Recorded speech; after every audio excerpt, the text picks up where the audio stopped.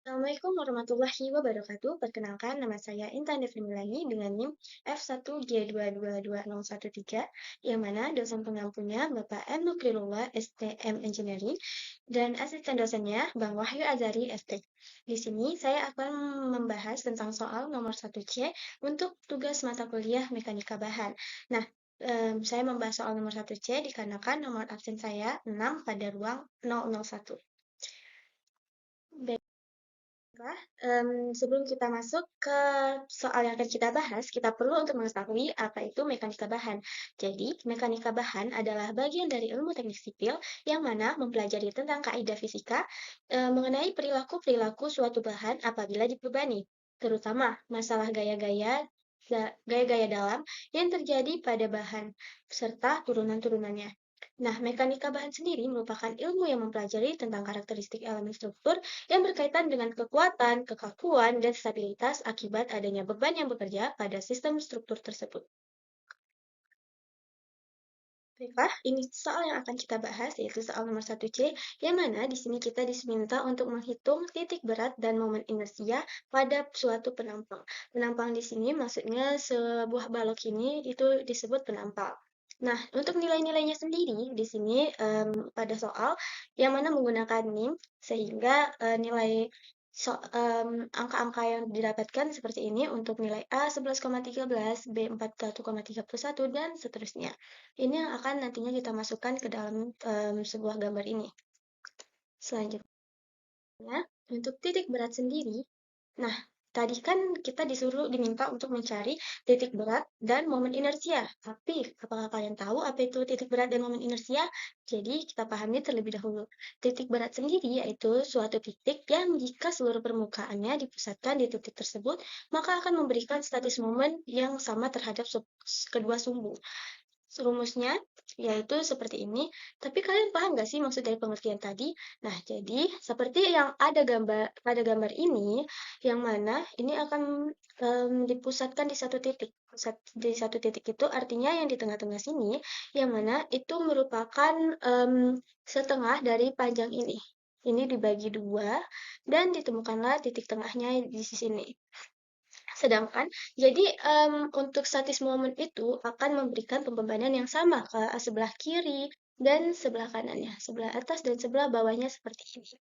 Nah, untuk bentuk-bentuk ini, dia berpotongan pada sumbu simetrinya, yaitu untuk pada balok, sedangkan itu yang paling mudah untuk yang pada balok, yang mana soal kita itu menggunakan strukturnya pembebanannya itu penampangnya berbentuk balok seperti ini. Selanjutnya, untuk momen inersia sendiri. Nah, momen inersia itu apa sih? Jadi, momen inersia adalah suatu sifat kekakuan yang ditimbulkan dari perkalian luas dengan kuadrat jarak ke suatu garis lurus atau sumbu. Apa sih fungsinya? Jadi, fungsinya sendiri yaitu untuk menentukan besarnya lentutan atau defleksi yang terjadi pada balok. Bagaimana kita mencarinya? Nah, menggunakan rumus seperti ini. Jadi, rumusnya yaitu momen inersia per segmen dan momen inersia secara total keseluruhannya. Untuk per segmen ini artinya misalkan baloknya penampangnya seperti yang punya kita tadi, berbentuknya seperti ini. Nah, per segmen itu maksudnya dibagi menjadi 3 bagian seperti ini, yang mana itu akan membentuk sebuah persegi panjang tiap-tiap segmennya, sehingga akan memudahkan kita dalam mencarinya. Nah, untuk fungsinya sendiri, itu kan tadi dikatakan untuk menentukan besarnya lentutan atau defleksi yang terjadi pada balok. Lentutan itu apa sih? Misalkan, kita mempunyai sebuah penampang seperti ini, yang lurus persegi panjang seperti ini ya. Nah, itu jika diberikan bebanan dari atas, diberikan tekanan dari atas, maka akan terjadi lendutan atau bekokan seperti ini, yang mana ini berarti ada tarikan di bagian atasnya, dan di bagian bawahnya dia akan menekan sehingga bisa menyebabkan pembebanan itu akan menjadi patah.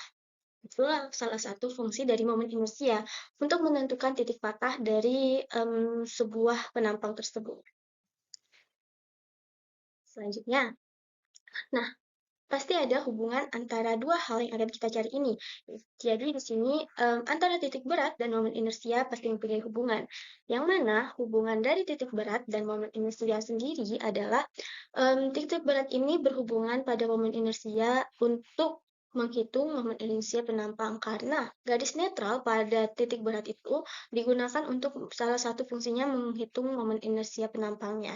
Sedangkan momen inersia sendiri itu bergantung pada titik berat dari sisi untuk sebagai mengetahui posisi dari sumbu putar dari benda tersebut. Misalkan ini sebuah penampangnya. Nah, momen inersia ini membutuhkan sebuah titik di pusat untuk mengetahui sumbu dianya melakukan perputaran. Sehingga disitulah diperlukannya kita mencari terlebih dahulu titik berat sebelum kita mengetahui momen inersia. Kita masuk ke pembahasan soalnya, yang mana di sini kita mencari dulu titik beratnya. Di sini nilai A, B, C, D yang kita telah ketahui, kita masukkan kepada gambar. Nah, ini yang saya sebutkan tadi bahwa nantinya akan dibagi menjadi 3 segmen. Segmen 1, segmen 2, segmen 3, yang mana ketiga segmen ini berbentuk seperti persegi panjang. Bukan seperti, namun emang berbentuk persegi panjang. Nah, kita carilah nilai ininya. Kita cari nilainya menggunakan Excel boleh ataupun manual boleh dan kita bentuk seperti tabel untuk memudahkan kita. Nah, di sini nilai B sendiri itu merupakan lebar dari sini ke sini. Itu untuk segmen 1. Nah, untuk segmen 2 dia kan hanya dari sini sampai sini bukan sampai ujung sana. Jadi nilainya itu yang ini. Kita carilah dianya berarti 13,11 itu nilai B di segmen 2. Untuk segmen 3 itu sama seperti segmen 1. Bisa diperhatikan pada tabel bahwa untuk gambar ini di antara segmen 1 dan segmen 3 ini nilainya sama secara keseluruhan. Dari sini sampai sini itu sama kecuali ada satu perbedaan yaitu di nilai Y-nya. Nilai Y. Kenapa ini bisa berbeda? Nanti kita akan jelaskan. Jadi, untuk nilai H sendiri itu tinggi dari per segmennya. Tinggi segmen 1, segmen 2, segmen 3, dan nilai A adalah luas penampang. Luas sendiri, bagaimana kita mencari luas pada bangun datar? Nah, luas persegi panjang apa? Panjang kali lebar kan? Jadi, antara ini dan ini kan lebarnya, ini panjangnya. Jadi, ini adalah perkalian antara nilai B dan nilai H. Nah, sedangkan untuk nilai X itu apa sih? Nilai X itu bisa dikatakan titik tengah dari nilai X dan nilai Y deh. Nah, di sini kita mempunyai koordinat. Koordinat X itu berarti dia yang memanjang ke samping atau nilai B. Nah, sedangkan nilai Y itu yang ke atas. Berarti jika kita mencari tingginya tadi di sini, berarti nilai H itu merupakan menggunakan koordinat di Y. Jadi, untuk mengetahui nilai X, kita menggunakan pada nilai yang ada di B. Yang mana nilai yang ada di B, ini kan X ini merupakan nilai B yang dibagi 2. Kenapa dibagi 2? Karena itu kita mencari apa ya, antara 2 itu kita mencari titik tengahnya ini nih. Nah, itulah nilai dari X sendiri. Jadi, untuk X pada segmen 1 itu B1 dibagi 2. Untuk X2 berarti B2 dibagi dengan 2. Ini juga dibagi 2. Sedangkan ada perbedaan untuk Y.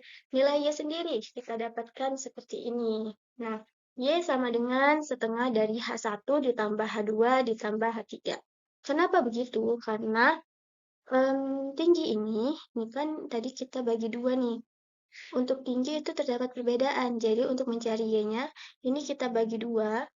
Namun, di sini kan masih ada panjang yang sisa.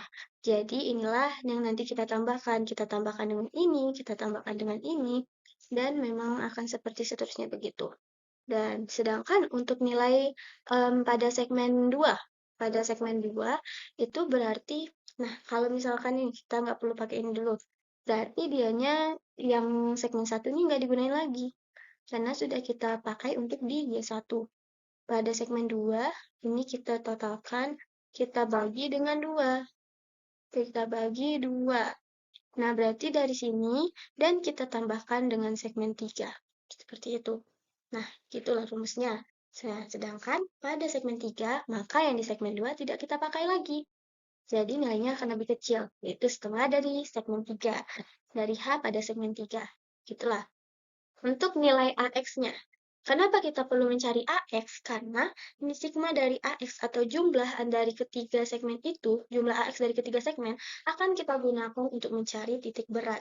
Nah, nilai AX-nya kita kalikan berarti antara nilai A dan nilai X. Begitu juga nilai AY yang kita kalikan A dengan Y.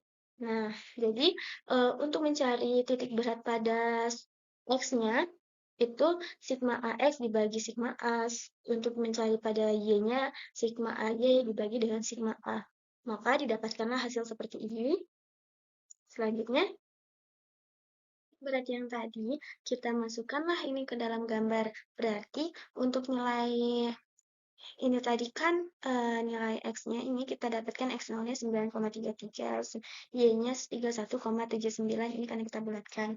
Nah, berarti nilai X0-nya berada di sini dan nilai Y0-nya berada di sini. Sedangkan untuk ini merupakan sisa nilai dari tinggi keseluruhan dari Y0 ini. Nah, berarti titik pusatnya itu berada di sini. Yang mana titik pusat ini yang saya katakan tadi bahwa nanti akan ada perpotongan antara X0 dan Y0. Nah, itulah yang disebut dengan pusat beratnya. Selanjutnya, nah di sini kita akan mencari hasil dari momen inersianya. Setelah kita mencari titik berat, maka bisalah kita untuk mencari momen inersia. Nah, di sini kita menggunakan tabel seperti yang tadi, yang mana kita masukkan nilai B, nilai H, nilai apa apa sih inersia X yang berada di 0, kemudian nilai A, nilai Y aksen, perkalian antara A dan Y aksen pangkat 2. Y aksen sendiri itu kita dapatkan nilainya dari Y yang ada di tabel dikurang dari Y0 dikurangkan dengan Y yang berada di dalam tabel yang tadi. Itulah nilai dari Y aksen. Kemudian kita cari nilai IX-nya. IX 0 ditambah A kali Y aksen pangkat 2. Nah, didapatkanlah hasilnya segini. Kemudian untuk momen inersia di Y-nya sama seperti yang di X tadi, sehingga didapatkan nilai inersia di Y-nya sebesar ini. Jadi, untuk ini, inersia X0-nya ini, artinya kita mencari inersia per segmennya. Per segmen yang mana itu menggunakan rumus yang sudah saya jelaskan di awal. Nah, selanjutnya, jadi, nilai yang kita hasilkan di sini ada dua, yang mana titik berat penampang, yaitu X0, Y0-nya, yang kemudian dimasukkan untuk kita mencari momen inersianya. Momen inersianya yaitu inersia di X 42547,95, inersia di Y-nya 453.543,86,786,8672. Nah, itu dalam satuan cm per 4 dan titik beratnya satuannya cm saja.